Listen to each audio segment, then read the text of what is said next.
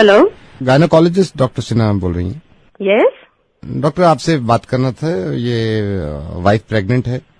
कितने मंथ की प्रेग्नेंट है? 4 महीने हो गया madam.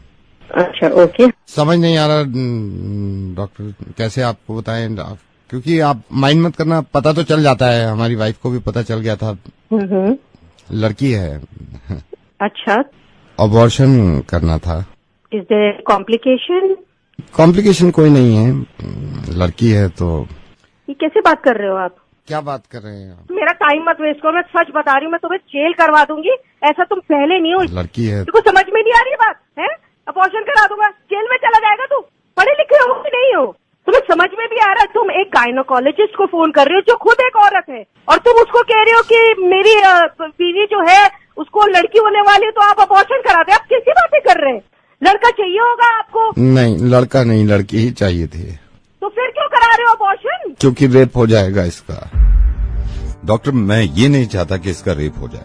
I am so sorry doctor, मैं नवेद बोल रहा हूँ रेडियो मिर्ची से। और मुझे मालूम है कि आपके पास कॉल्स आती होंगी, लेकिन उनकी वजह यही होती होगी कि मैं दहेज नहीं दे सकता या मैं लड़की को पढ़ा नहीं सकता। लेकिन अब कॉल्स आया करेंगी और वजह ये हुआ करेगी डॉक्टर कि मैं अपनी बच्ची को पैदा नहीं होने देना चाहता, क्योंकि इसका रेप हो सकता है।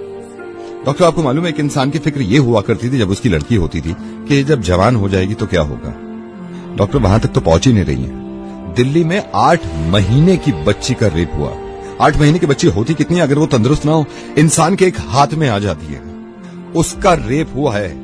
हम सॉरी, मैंने आपका वक्त भी ले लिया, लेकिन मैं बताना चाह रहा हूं सबको कि ये होने लगेगा, वरना इस चीज को बंद करवा दो। मेरी समझ में नहीं आता, ये स्लोगन देखने के बाद लोग खुश हो जाते हैं, बेटी बचाओ बेटी पढ़ाओ।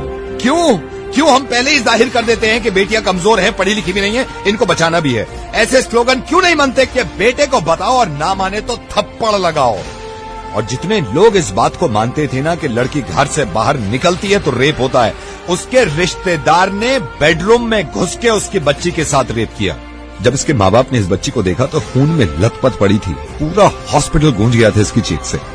और हिंदू मुस्लिम, आप करते रहिए अपना काम एक दूसरे को बुरा भला कहने में और जुलूस निकाल के एक दूसरे को मारने में। अगर शर्म है ना थोड़ी सी, तो इनसे ज्यादा खतरनाक जो हमारे मुल्क में हो रहा है कि बच्चियों के रेप जो करते हैं, उन जानवरों को जाके सबक सिखाओ, इतनी भीड़ ले जाकर। और कोई बताने की जरूरत नहीं है किसी को कि लड़कियां किसी से कम नहीं होती। जब आप किसी को ये बताते हैं कि लड़कियां किसी से कम नहीं है, इसका मतलब यह है कि कहीं ना कहीं पहले से ही दिमाग में हमने ठूस रखा है कि लड़कियां कम होती है। 100 करोड़ की आबादी में अगर एक इंसान भी मेरी आवाज सुन रहा है ना, और उसको ये लगता है कि लड़कियां देर रात घर से बाहर निकलती हैं तो रेप होते हैं, तो मुझसे बात कर ले। मैं कसम खा रहा हूं, अगर इसने मुझे हरा दिया इस चीज में, तो जिंदगी में कभी रेडियो पे नहीं आऊंगा और अपनी आवाज नहीं सुनाऊंगा।